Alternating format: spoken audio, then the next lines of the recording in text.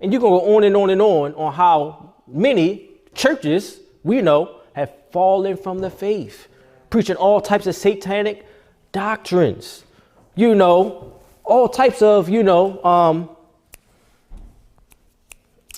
to think of some examples. Well, you have, of course, with the Catholic Church, indulgences. To basically pay for your sins, to be forgiven. What type of, that's doctrine of the devil. But not only that, brother and sister, you have all types of, I remember just probably a year or two ago, I had met a pastor right in this area right down the road is a post office right down here on this road. I basically we was in line and was talking, and I happened to be dressed up as I usually am.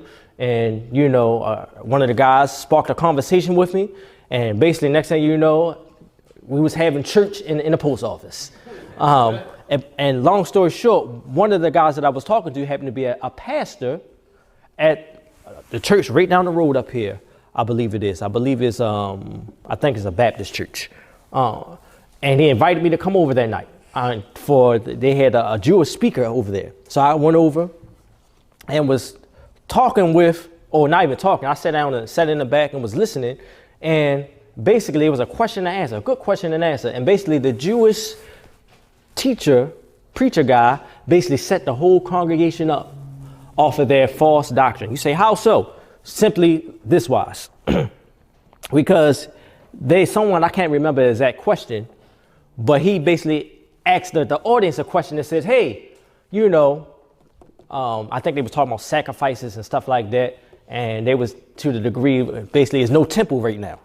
Correct. So basically, there's no sacrifice. So it was to some degree on how, can you be saved without the temple or something like that. And he basically said, well, let's talk about Daniel.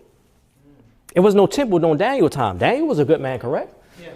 All the audience said, yeah, he was a good man. He was a godly man, correct? Where's Daniel? Everybody got quiet. Oh, it's not a trick question. Where is Daniel? Everyone was like, in heaven. I'm sitting here like, oh. It said in heaven. If Daniel was a good man, he lived in, in between the second and the third temple. That's what they believe. And he basically lived righteous and stuff, and he's in heaven, so we don't have to deal with I can't even remember the tomfoolery that he basically said. But the whole point was, he basically was able to set them up off of their false understanding and false belief of Daniel, or basically that you go straight to heaven right after you die. And I was just sitting there like, wow. Basically the deceptions just basically able to be practiced through false doctrine.